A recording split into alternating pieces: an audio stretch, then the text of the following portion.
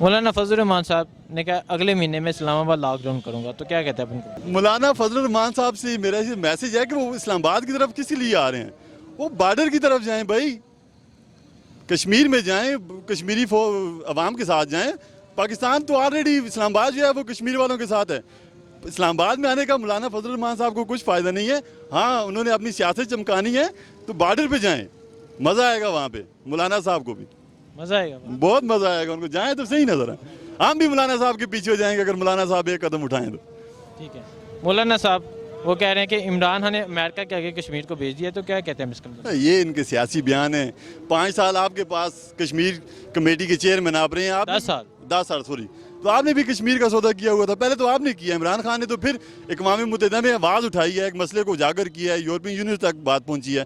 آپ نے 10 سالوں میں کیا کیا کشمیر کے لیے اگر عمران خان نے سودا کر دیا تو؟ میرا تو مولانا فضل الرحمان صاحب سے یہ کوشچن ہے. وہ جی مولانا صاحب کو تو چھوڑو، وہ تو تقریباً 40 سالوں میں سے وہ اسمبلی سے نکلا نہیں ہے. جب میں ایسی گاڑی میں گھومتا ہوں، ایسی گاڑی میں اپنا ایسی گاڑی چلاتا ہوں، اور کوئی راستے سے میرے کو کہہ دے کہ اس سے اتر جاؤ، کھڑے دھوپ میں کھڑے رہو، گرم دھوپ میں کھڑے رہو. لازمی تو دکھ ہوتا ہے، پریشانی تو ہوتا ہے، رہتا ہے. وہ تو اسلام آباد کی نہیں، وہ تو 15-16 سال سے کشمیر کمیٹی کا چیئرمین بنا. کیا کیا اس نے؟ کشمیر کی کوئی آواز بھی اٹھائی؟ کوئی ہم نے تو سنا بھی نہیں ہے. تقریباً 40 سال عمر ہے میرے، میں نے کبھی سنا نہیں ہے کہ اس نے کشمیر کے لیے کوئی بات ہی کی ہو. ٹھیک ہے. مولانا صاحب نے کہا کہ عمران خان نے امریکہ کے آگے کشمیر کو بھیج دیا، تو کیا کہتے ہیں؟ بات یہ نا سر کہ وہ بیچنے والی کوئی بات ہوتی تو وہ ساری دنیا کے سامنے ہوتے، اس کا سودا کیا ہوتا.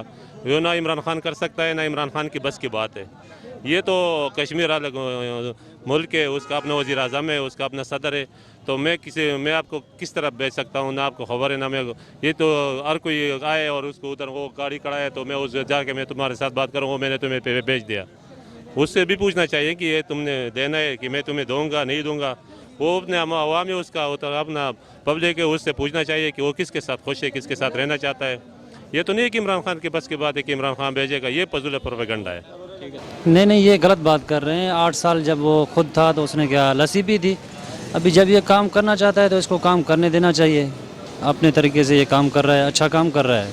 انشاءاللہ تعالیٰ جو ہے نا مثلاً بہت زبردست کام کر رہا ہے عمران خان. ٹھیک ہے. تو فضل الرحمان صاحب کا کہنا ہے کہ میں اگلے مہینے اسلام آباد لاک ڈاؤن کروں گا اور ہر صورت کروں گا، تو کیا کہتے ہیں؟ وہ غلط کر رہا ہے، پاکستان کا نقصان کر رہا ہے. معیشت کے لیے بہت زیادہ مطلب جو ہے نا اس کے لیے اچھا نہیں رہے گا. یہ تو کیا سودا کہ عمران خان تو کشمیر کے لیے بہت محنت کرتے ہیں. انشاءاللہ یہ کشمیر کا مسئلہ حل ہو جائے گا اور صرف وزیر اعظم صاحب یہ فیصلہ جو ہے نا درست کرے گا.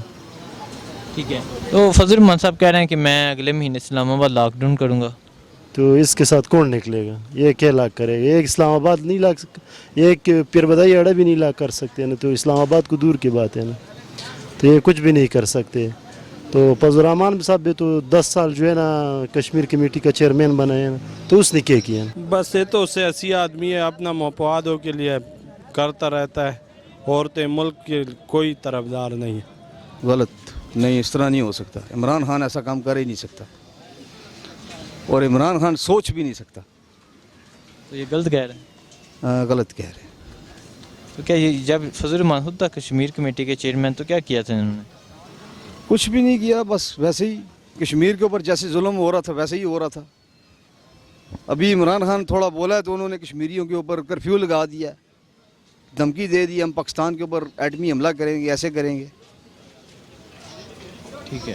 تو اس فضل الرحمان کا کہنا ہے میں اگلے مہینے اسلام آباد لاک ڈاؤن کروں گا، تو کیا کہتے ہیں اس کے بارے میں؟ کیا کہہ سکتا ہوں، مجھے تو لگتا ہے کوئی ساتھ نہیں دے گا.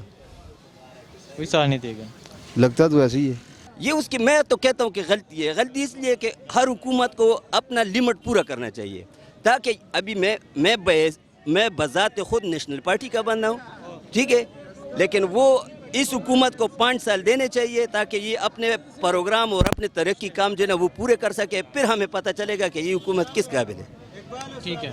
تو خیبر پختونخوا میں بھی حکومت رہی ہے، تو وہاں پہ کیسی رہی ہے؟ اچھی رہی ہے. میں کہتا ہوں اچھی رہی ہے. ہر لحاظ سے آپ کے پولیس والے قدر کرتے تھے، اسپتال میں جاتے تھے قدر کرتے تھے، ڈاکٹر ہر وقت موجود رہتا تھا. پولیس میں اگر پہلے آپ کسٹم میں جاتے تھے تو 100 روپے لیتے تھے، اب تب جا کے آپ کے کاغذ نکالتے تھے. جب سے عمران خان کی حکومت KPK میں آئی تھی یہ چیزیں ختم ہوئی تھی. آپ نیشنل پارٹی؟ میں نیشنل پارٹی کا ہوں.